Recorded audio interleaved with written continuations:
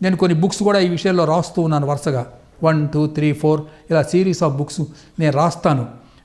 దయచేసి నేను చెప్పిన దాన్ని మీరు ప్రశాంతంగా ఆలోచించుకోండి. ఒక్క మాట చెప్తాను, నేను ప్రతిరోజు క్రిస్టియన్ ఛానల్స్ చూస్తానండి. వాళ్ళు ఏం చెప్తున్నారో నేను నోట్స్ రాసుకుంటున్నాను.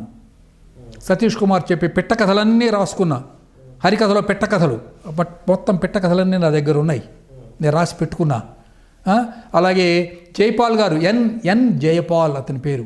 ఆ ఎన్ జైపాల్ గారు ఏం చెప్పారో అన్నీ నేను రాసుకుంటా. జాన్ వెస్లీ ఏం చెప్పాడో అన్నీ నేను రాసుకుంటున్నానండి. తర్వాత మార్వెల్ పట్టా అని ఒక ఆవిడ వస్తూ ఉంటుంది, ఎవెంజల్ మిడ్ నైట్ వస్తుంటుంది, ఇంగ్లీష్లో చెప్తూ ఉంటుంది. జాన్ వెస్లీ, ఇవన్నీ రాసి పెట్టుకుంటున్నా.